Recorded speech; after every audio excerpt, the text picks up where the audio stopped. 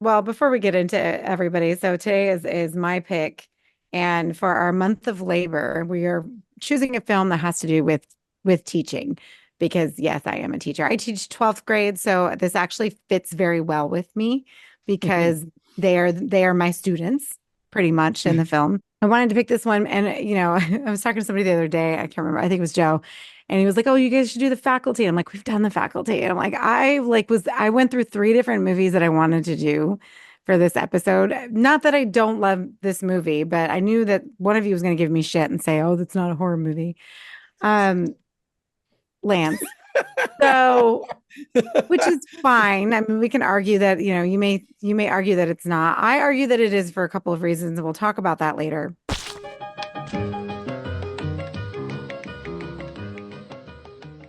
This is Slashers, your new favorite podcast or old favorite podcast about your new and old favorite horror media. My name is Ade, and with me today are, as always, are my esteemed colleagues, co-hosts, and cohorts, my boo-boo Mikey Hello. and Lancey Poo. Hello, goons. Okay. And so we are here today in our Labor Day month with the titular teaching Mrs. Tingle of 1999. So I know. And if you guys have been following us for a while, which some of you have, a lot of our Patreon members have been listening for years now. If you've been following us, you will remember that we did an entire episode during Pride Month on Kevin Williamson, and we discussed several of his films. And Jake and I talked about our favorite ones. And Teaching Mrs. Tingle is honestly my favorite Kevin Williamson movie. So, and it's really exciting too, because most people think when you think of Kevin Williamson, you think of I Know What You Did Last Summer, you think of Scream, you think of Dawson's Creek, but he didn't direct Scream. We know that Wes Craven did, even though he wrote all three. The first three, I can't remember. Oh, in part four too, I think. But he didn't get a chance to direct it. So I think I want to say that Teaching Mrs. Tingle is like his first directorial debut. If I remember from my notes back then, I don't necessarily do. Wow. So I Are you even a probably should fan have of looked that teaching up. Mrs. Tingle? I am, but I really wanted to talk more about the trivia of the film with what was going on with it at the time, because unfortunately, with not just with this movie, but all of the especially movies involving teenagers that came out around 99, 2000, early 2000 era, had a lot of changes happening with these films because of, unfortunately, Columbine occurring. And so after Columbine happens, a lot of these films had to pivot and change the direction that they were going in, or be edited and, cut down from what they were supposed to be.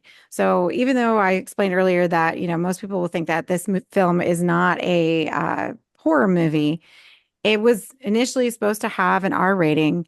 It was supposed to be a lot darker than it is. Mrs. Tingle was supposed to die in the film, and the original title was Killing Mrs. Tingle.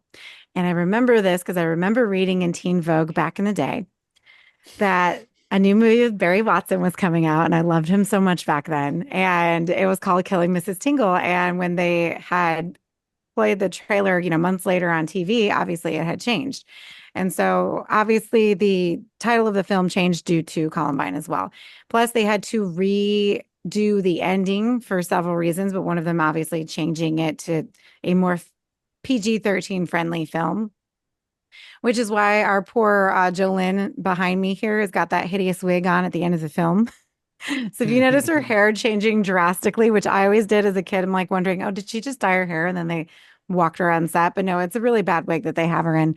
And they had to reshoot a lot of the ending because of these reasons. So we could have gotten a lot heavier, a lot darker, a lot more gorier film had unfortunately Columbine not happened. But Mikey, did you see this movie back in the day?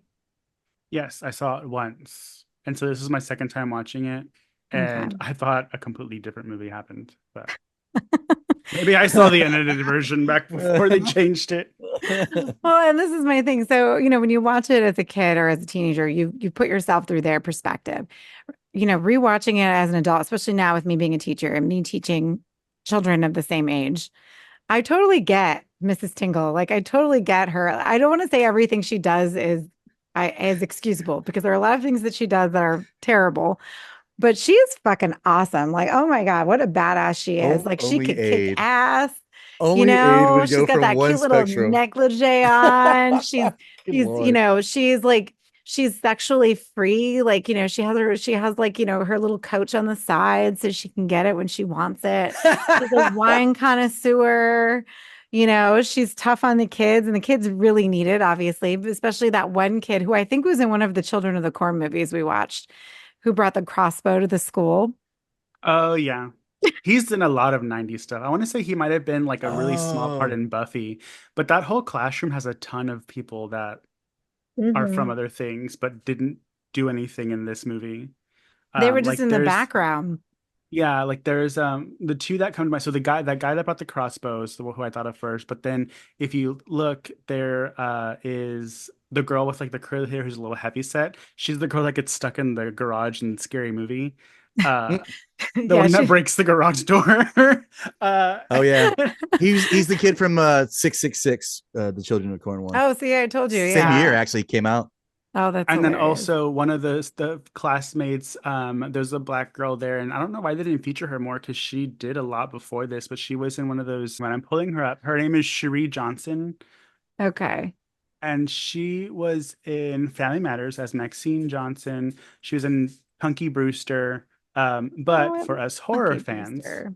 yeah, she was in the original and the new one apparently. But for us horror film lovers, she was in a really good indie film called Dial Tone that I really Mm. liked. I Oh, I think reviewed I it. know what you're I used talking to about. have, yeah, I reviewed it a long time ago, and I used to do another podcast um, that is no longer around. Everybody, it's all about slashers now. The stars of the movie obviously are the three behind me, and I think of all three of them, the best performance I think we get out of them is Marissa Coughlin's performance as Jolene. And Yeah. it's kind of sucks how she's treated or whatever, but a little bit more trivia for the film before we move on that I thought was interesting was that Meryl Streep, Glenn Close, Sigourney Weaver, and Sally Field were all considered for Mrs. Tingle. And in fact, they actually offered the part to Gillian Anderson and she turned it down. Hmm. Darn. And then also Alicia Silverstone was also offered the part for Leanne's character, or you know, Katie Joey, Holmes. Joey, Katie Holmes. Which is confusing because the best friend is Joe. Yeah, the best So, friend's Jolyn, and then her name is Leanne. And I'm like, what are we trying are we in Alabama? Yeah, we're trying to make this a podunk town, Probably. everybody, which is interesting because I think that there's a lot of problems I have with it. And I don't know if it's just kind of poking fun at the system in general, because as a teacher, Mrs. Tingle probably, I mean, I'm assuming her husband was very rich before he died, because otherwise she would not be able to afford her home that she lives in. No, Ade's like looking at there, goes, bullshit. I call bullshit on that money. Because she didn't really do anything damning to me because yeah, and then they actually didn't cheat. You said earlier they cheated. They didn't cheat yet. Barry did, the guy did, but Joey being a little snot, not Joey, excuse me, that's Dawson's Creek. Joe, no, what's her name? Leanne. Leanne rhymes. Being a little brown noser, which I'm trying to get Olivia not to be because she's heading down that path. She takes it, puts it in her backpack, and whenever Mrs. Tingle's in the gym, she finds the paper sticking out her backpack, takes it out, and sees it's the test answers. So as a teacher, that's a big deal. Like you don't know what they're gonna do with it. You know she gets good grades, and you're like, well, maybe she's just trying to cheat her way out of the school, which sure, it sucks. And like maybe talk to her later. Well, when you picked this movie, I was in my head as like I was just like, this is not a horror movie. I know. And I like, was and It's waiting like, for you to say it's that. like basic instinct, in my opinion. We go well, through this yeah, every Yeah. episode where there's no monster or serial killer lands. well, yeah. But I mean, people can be monsters without knowing that they're the monster. I mean, but the thing about it is Miss Tingle knows she's the way she is, and she's purposely doing it. And obviously, she admits to it at the end when she actually thinks she murdered somebody by Well, no, it accident. wasn't that she thinks she murdered somebody because she was a monster because she was like, I thought it was you. Like she was fine with killing Katie Holmes. She Well, right, yeah. wasn't because fine with killing Trudy. she ruined somebody who could be perfect for her society of who she thinks should be out there, and it was Mhm. more dramatic to her for actually murdering somebody that belongs out there in society. Kind Like of the like what purge. yeah, but like yeah, 100% like the kind of like purge. But like you know what I mean? It's to me, it's always like one of those things where you. I mean, she was a horrible person. Like, I mean, I more likely would probably be the fucking one guy in this situation. Maybe smarter than you give me credit for, but at the same time, I'm not the smartest fucking dude out there who's like, what I mean? I'm not gonna like ladies and break gentlemen, any Lance says rules. he's Barry Watson now. No. Good Lord. He's a lot Mr. smarter than you Watson. think, guys. I know, he's a lot smarter than you He's think. just slinging puss all over the house. I swear, you two. But my point is, she was like, she just straight up was like, and I get that because I mean, honestly, like, because my dad was an alcoholic, you know what I mean? Like, I did have that kind of scenario, and you try to live up to certain things without, unfortunately, falling into things of your parents, so that I thought that was another thing, I mean, obviously the Katie Holmes was so worried about ending up like her mom. And then obviously Miss Tingle kind of says, you were just like me and you're not going to succeed because I never succeeded to get to where, whatever I wanted. But she kind of did. So why are you so mad at this girl for wanting to succeed? I mean, she's got a bomb ass house. Her little dog is so cute, which in the alternate ending reveals that the dog's name is Richard, which is her dead husband, which I find hilarious. Aww. She has a fantastic life. Like, honestly, like if I was a teacher and I was single and I had the house and I had my wine cellar and I had everything going on, fuck it, who cares what these kids are doing? I would be like Cameron Diaz and Bad Teacher, and I'd show up and take attendance. Alcoholic. You know what I mean? I would love to do that. Like, I watch Bad Teacher every year, and I always think like, and I would have done Bad Teacher, but this is a horror podcast. Bad Teacher is fucking amazing. Okay. And I will say that there are a lot of things that like I think people pigeonhole teachers to being like back in the schoolhouse days where you were on the prairie and you taught all the grades. The Puritan woman. Yes, and you were unmarried. You could only be unmarried, and you'd be a virgin. You had to be this. You had to be that.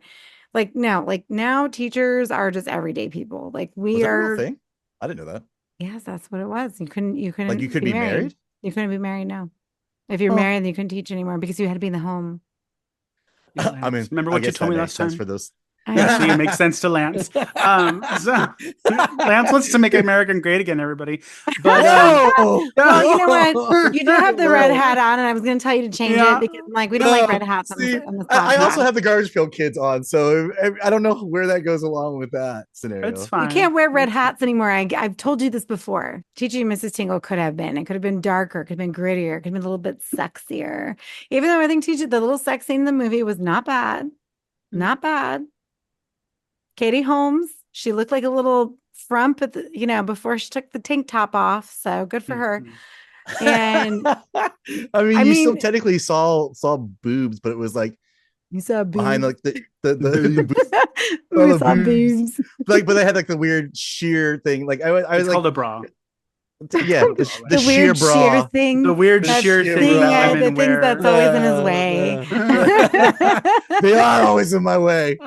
Always. Stupid underwear. But yeah, like I wish it could have been more like, because the in crowd holds no bars. Like if you've never seen it and you want to see it, everyone, that's a great one to like kind of set the tone for what I mean, it is fucked up. That is a fucked up movie. My thing has always been to do something. These kids nowadays, I mean, like you said, Mikey, I mean, I'm talking about a backpack that like stopped bullets. You know what I mean? Yeah. Like I think some of these kids are growing up and seeing, like, we joke about the desensitization of of certain things, you know what I mean? Like horror movies and whatnot. And we love horror movies because we know it's fake, but a lot of things these kids see on an everyday basis isn't fake.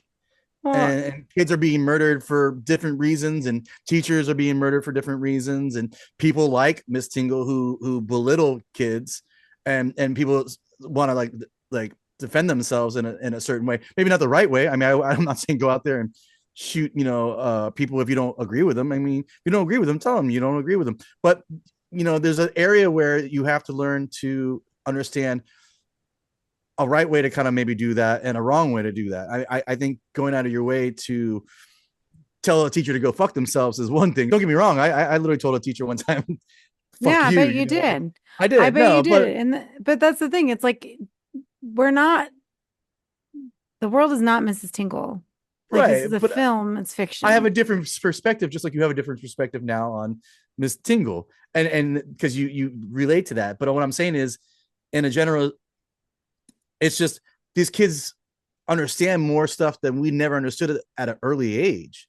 So I get why their mental state is like that, where they're like, hey, I know I'm not going to live forever. I know this is what I have. And whatever I get now because I've seen my parents suffer through stuff and they don't have anything. And they think this is the way they have to play the game and they don't have, you know what I mean? I understand it. I think you still got to be better about it. But at the same time, it's like, Well, yeah. it's Well, it's how you parent your children at the end of the day. Oh, yeah. but But you also have if you the look at same these kids. Sorry. kids, if you look at these kids, I don't think Miss Tingle did anything that terrible in the classroom. She was a bitch for sure, but there's bitches out there that you're gonna have to deal with. Like Mm-hmm. she didn't actually do anything like really really bad until they were in her house and she tied them up. Like, even if she had a bias against Katie Holmes's character, she still, and when you see the kid's reaction, even the best friend, when she's like kind of like giving her a hard time about her Marilyn Monroe performance, the kids like they like roll their eyes and they sit down. But that doesn't happen anymore. Like these kids can't take anything like that. No. And the thing is, I grew up with teachers like that. I just had made a story about, I mean, I told a story about one a moment ago, but there's more. And granted, they weren't as bad as that one teacher that I talked back to, but these kids don't like being told anything. And I'm not saying you should treat kids that way, but kids need to learn how to deal with people like that without having it ruin their whole life or day or emotional, becoming so emotional about it. And that was another thing I noticed is I was like, well, these kids, yeah, they're like, man, this teacher's a bitch, but they shrug it off and they laugh about it. Like that's what I did when I was in high school. Mhm. And that doesn't really happen these days anymore. No, it doesn't. And the thing isn't, and you're right, Mikey, because everybody, they react to everything if it's not what they want, because they are so used to it. And, as a society, we're doing a detriment to our youth because they are literally just addicted to their phones. They're addicted to their social media. They're addicted to um, just the attention that they get.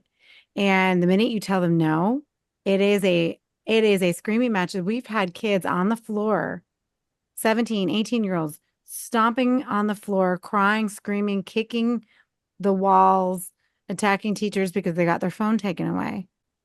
It's one of those definitely situations where it seemed like she was always kind of trying to make it seem like she was teaching a lesson, which is the truest form of a teacher, regardless of crazy or not crazy or just vendetta or whatever the way they were trying to display it in the movie. I thought that was kind of cool how Helena like portrayed the character. You know what I mean? Like it was kind of cool the way like it just seemed like, because even then, you mean like she's like it was almost like she said, well played. Like it was like this weird British moment. You know what I mean? Like Checkmate.